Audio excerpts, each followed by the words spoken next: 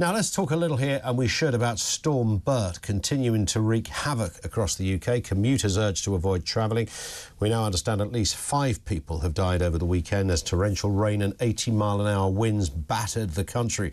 Over 200 flood alerts remain active across England and Wales, with travel chaos likely to persist throughout the course of the week. Let's speak with weather presenter and all-round legend, frankly. John Ketley is with us. Afternoon to you, John. Good afternoon to you, Ian. Look, I mean, weather happens, right? I mean, it's not always pretty.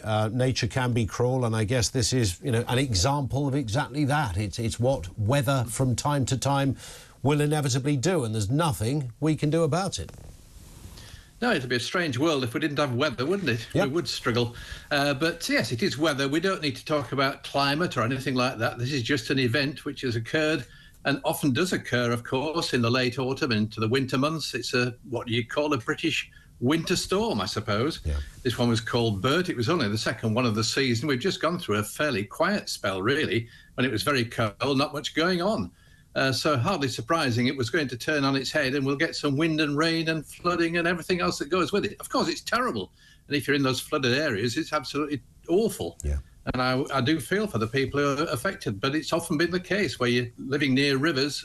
The rivers do overflow sometimes. The water in the fields is waterlogged. The leaves are blocking up the drains, and things can just get worse and worse as we go through the autumn months. Yeah, and I was going to, you know, other than everybody lives in a protected house on the top of a hill, we're never going to live in a time when, sadly, stuff like this doesn't happen. I mean, it's just, it goes with the territory of existence, right? Of course it does, and it's typical of what we get on the western side of Europe as well, isn't it? Northwest Europe, British Isles, we're surrounded by water. We're very vulnerable to most of our weather systems that come across the Atlantic. You know, we benefit from the Gulf Stream. That's keeping the Atlantic warmer than it would be otherwise. If it was any colder, it would be pretty miserable at times.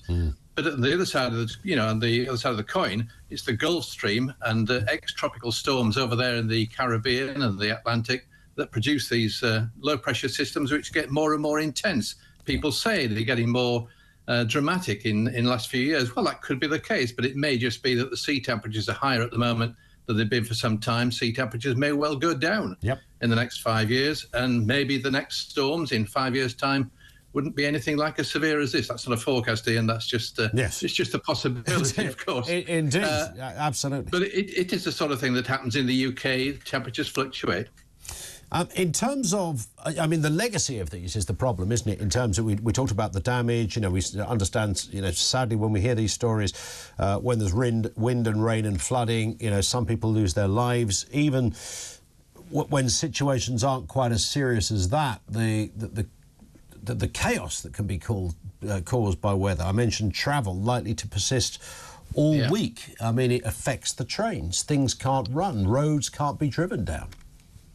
It's the wrong kind of snow, the wrong leaf type. You know, the rain's too heavy, the rivers are overflowing. All these things are part and parcel of British life in a way, aren't they? And it's not just in the UK. Of course, we've seen a lot of flooding in Spain in recent weeks for the same sort of reasons. And in Central Europe, just a few years ago, I think 200 people died in those torrential rains and flooding that occurred across Germany and France, that sort of area. So, you know, we're not immune to it. Nobody is, really. We're all vulnerable to different types of weather. But it is weather, Ian.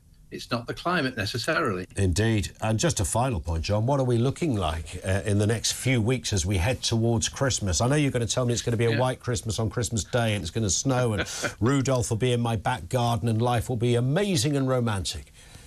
Well, do you remember the December of 2010 came out of the blue, and it was a very, very hard, snowy, frosty December. Yes. And that wasn't really forecasted until about a week before. At the moment, I can't forecast that sort of thing. I can only forecast probably a quieter, colder week coming up to some rain in the southeast on Tuesday night, Wednesday. Otherwise, things are going a little bit quiet again. But then it looks like we are going to see more deepening depressions coming into the Atlantic, and they'll head our way. Some of them will be named, I'm sure of that. And some of them will bring some further flooding and torrential rainfall and gale force winds. So at the moment, We'll just play it by ear, but I'm afraid it's not great news for most of us because it doesn't look as though there's a white Christmas on the way, but it's too early to tell. Indeed. John, thank you as ever. John Ketley, the weather presenter, and of course all-round good meteorological legend in that department. Thank you to him.